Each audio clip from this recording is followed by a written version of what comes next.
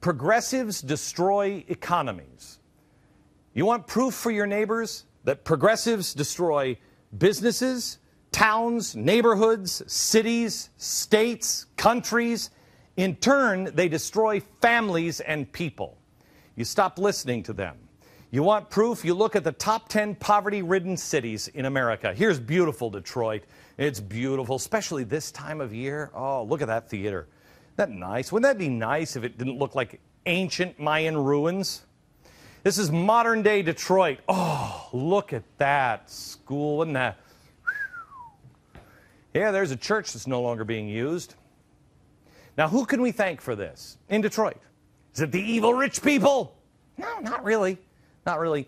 The second highest poverty rate in the country is Detroit, where you can buy a house for less than 10 grand. In some places, you can buy it for 10 bucks. Since 1965, Democratic progressives have been running the city 100% of the time. Isn't that interesting? Isn't that crazy? Since 1965, Democrats have been running Detroit 100% of the time. Cleveland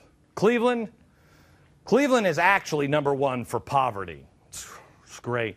Democrats have run that city 62% of the time since 1965. Miami coming in at number 3, reaching for the stars. Democrat progressives have controlled Miami for 70% of the time. Atlanta is coming in at number 4.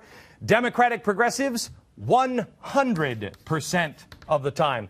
Buffalo, New York is 5th on the poverty scale in America. Democratic progressives have run that city 100% of the time since 1965. St. Louis, number 6, Democratic progressives 100% of the time. Cincinnati is number 7. How much? Really? Come on. How much? 80% of the time since 1965. Milwaukee coming in at number 8. Democratic progressives reaching for the stars, coming in with a long-distance dedication 100% of the time. Newark, New Jersey, beautiful, especially when the blood matches the sky. Oh, it's lovely. Democratic progressives, 100% of the time. Philadelphia, 100% of the time. Run by Democratic progressives. Oh, New Orleans, 100% of the time. So, how is it that the evil Republicans or conservatives are wrecking all these cities? The number one cause of poverty in America right now is progressivism. Progressive policies.